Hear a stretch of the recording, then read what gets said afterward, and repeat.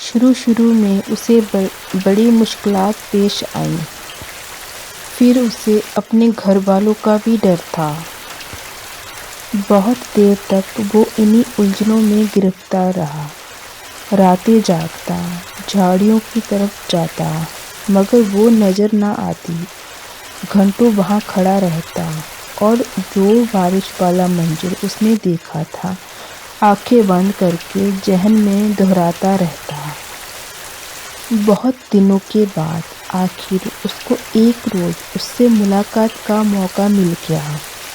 وہ اپنے باپ کی کار میں گھر کے کسی کام کی غرض سے جا رہا تھا کہ پروین سے اس کی ملاقات ہو گئی۔ وہ کار سٹارٹ کر چکا تھا کہ ساتھ والی کوٹھی میں تنویر کے خیالوں کی شہزادی نکلی۔ اس نے ہاتھ سے اشارہ کیا کہ وہ موٹر روک لے۔ تنویر گھبرا گیا۔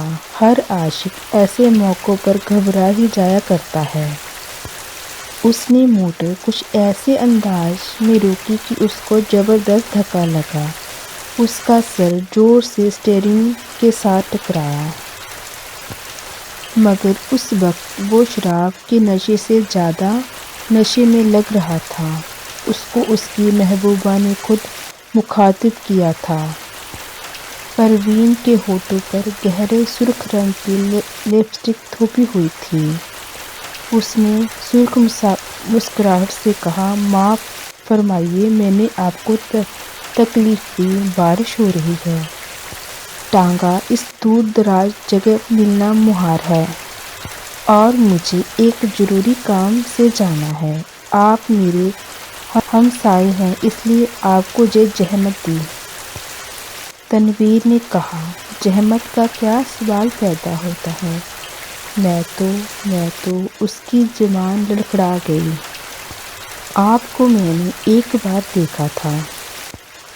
پروین اپنی سرخ مسکراہٹ کے ساتھ کار میں بیٹھ گئی اور تنویر سے پوچھا، آپ نے مجھے کب دیکھا تھا؟ تنویر نے جواب دیا، آپ کی کوٹھی کے لان میں، جب آپ اور آپ کے ساتھ ایک اور لڑکی بارش میں نہا رہی تھی۔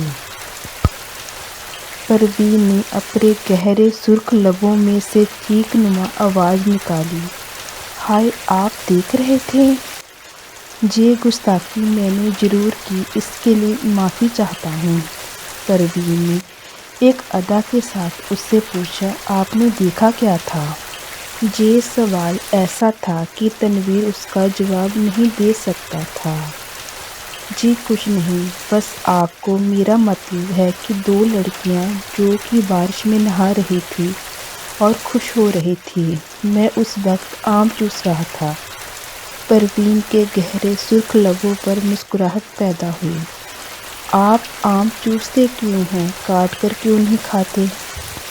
تنویر نے موٹر سٹارٹ کر دی۔ اس کی سمجھ میں نہیں آیا کہ اس سوال کا جواب کیا دے۔ اس نے پروین سے پوچھا، میں آپ کو کہاں ڈراپ کر دوں؟ پروین مسکرائی، آپ مجھے کہیں بھی ڈراپ کر دو، وہی میری منزل ہوگی۔ تنویر نے یوں محسوس کیا کہ اسے اپنی منزل مل گئی ہے۔ لڑکی جو اس کے پہلو میں بیٹھی تھی اب اسی کی ہے، لیکن اس کی اتنی جرأت نہیں تھی کہ وہ اس کا ہاتھ دبائے اور اس کی کمر میں ایک دو سیکنڈ کے لیے اپنا بازو حائل کر دے۔ بارش ہو رہی تھی، موسم بہت خوشگوار تھا۔ اس نے کافی دیر سوچا۔ موٹر کی رفتار اس کے خیالات کے ساتھ ساتھ تیز ہوتی گئی۔ آخر اس نے ایک جگہ اسے روک لیا اور جذبات میں بہہ کر اس کو اپنی باہوں میں لپٹا لیا اور ہونٹوں سے اپنے ہونٹ پریس کر دیے۔ اس کو ایسا محسوس ہوا کہ وہ کوئی بہت ہی لذیذ آم چوس رہا ہے۔ پروین نے بھی اسے روکا نہیں، لیکن فوراً تنویر کو یہ احساس ہوا کہ اس نے بڑی شرمناک حرکت کی ہے، اور یدی پروین کو اس کی یہ حرکت پسند نہیں آئی، اس نے ایک دم سنجیدہ ہو کر اس سے کہا، آپ کو کہاں جانا ہے؟ پروین کے چہرے پر ناراضگی کے کوئی آثار نہیں تھے، لیکن تنویر یوں محسوس کر رہا تھا جیسے وہ اس کے خون کی پیاسی ہے۔ پروین نے اسے بتا دیا کہ اسے کہاں جانا ہے۔ جب وہ اس جگہ پہنچا تو اسے معلوم ہوا کہ وہ رنڈیوں کا چکلا ہے۔ جب اس نے پروین کو موٹر سے اتارا تو اس کے ہونٹوں پر گہرے لال رنگ کی مسکراہٹ بکھر رہی تھی۔ اس نے کولے مٹکا کر اپنے انداز میں اس سے کہا، شام کو میں جہاں ہوتی ہوں، آپ کبھی ضرور تشریف لائیے۔ تنویر چونک کر اپنی موٹر کی طرف بڑھا تو اسے ایسا لگا وہ بھی ایک قصبی عورت ہے۔ پروین کی سچائی جان کر اسے بہت نراشا ہوئی۔ وہ واپس اپنی کوٹھی چلا آیا۔ بارش ہو رہی تھی اور تنویر بے حد مایوس تھا۔ اس کو ایسا محسوس ہوا کہ اس کی آنکھوں کے آنسو بارش کے قطرے بن کر ٹپک رہے ہیں۔ دوستو، میری یہ کہانی آپ کو کیسی لگی کمنٹ کر کر بتائیں۔ ایسی ہی انٹرسٹنگ سٹوریز کے لیے میرے اس چینل انمول ہندی سٹوری کو سبسکرائب کریں۔ دھنیہ واد۔